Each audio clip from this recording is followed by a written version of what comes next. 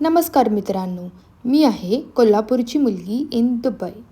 आपल्या आवडत्या किचनमध्ये तुमचे मनपूर्वक स्वागत आहे.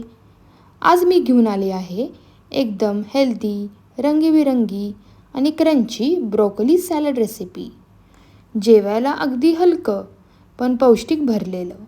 तर चला वेळ न घालवता सुरू करूया. सर्वप्रथम पॅनमध्ये 2 चमचे तूप घालावे. त्यानंतर त्यामध्ये चॉप केलेले लसूण घालावा. लसूण चांगला ब्राउनिश झाल्यानंतर त्यामध्ये आपण बारीक चिरलेला कांदा, टोमॅटो आणि गाजर ॲड करावं. तुम्ही नॉनव्हेज खात असाल तर यामध्ये तुम्ही चिकनचे बारीक तुकडेही घालू शकता. चीज वापरत असाल तर चीजही मिसळू शकता. आता आपण बारीक चिरलेला कांदा, ड्रेसिंगसाठी साहित्य चांगलं भाजून घ्यायचं. आता ब्रोकोलीचे छोटे चावण्यास सोपे फ्लोरिट्स कापा. थंड पाण्याने चांगले धुवून घ्या. तुम्हाला हवे असल्यास 1 मिनिट उकळत्या पाण्यात टाकून ब्लँच करून घ्या आणि लगेच थंड पाण्यात ठेवा. त्यामुळे रंग छान दिसतो. पॅनमध्ये ब्लँच केलेली ब्रोकोली ॲड करा आणि झाकून 10 मिनिट शिजण्यासाठी ठेवा. आता त्यामध्ये चवीनुसार मीठ, चाट मसाला, मिरेपूड आणि चीज ॲड करून सर्व्ह करा तुमचा हेल्दी ब्रोकोली सॅलड. मला काही सर्विंग टिप्स पण द्यायच्या आहेत. हे सॅलड लंच बॉक्ससाठी उत्तम आहे. पार्टी किंवा डिनरमध्ये साईड डिश म्हणूनही देऊ शकतो. हलक्या जेवणासाठी हे एकट्याचं पुरेसे आहे. अतिरिक्त टिप्स: मेयोनीज ऐवजी अर्धा मेयो आणि अर्धा गार्लिक योगर्ट वापरू शकता. गोडीसाठी तुम्ही सफरचंद किंवा द्राक्षेही घालू शकता.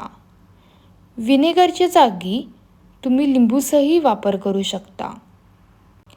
सॅलड लगेच खाल्लं तर चांगलं लागेलच, पण 30 मिनिट जर तुम्ही फ्रीजमध्ये ठेवलं तर त्याची चव अजून 10 पटांनी वाढते. सगळे फ्लेवर्स एकमेकात मिसळून एकदम परफेक्ट टेक्स्चर मिळते.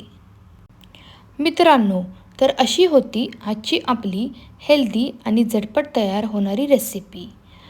मला आशा आहे की हा व्हिडिओ तुम्हाला आवडला असेल आणि तुम्हाला ही रेसिपी घरी नक्की करून पाहाल. जर करून पाहिलात तर कमेंटमध्ये मला सांगायला विसरू नका. तुम्ही कोणते बदल केले, चव कशी आली तेही जरूर सांगा. तुमची प्रतिक्रिया मला नेहमीच नवीन प्रेरणा देते. आपण इथे एक छोटे कुकिंग कुटुंब करत आहोत आणि यात तुमचा प्रत्येकाचा सहभाग खूप मौल्यवान आहे.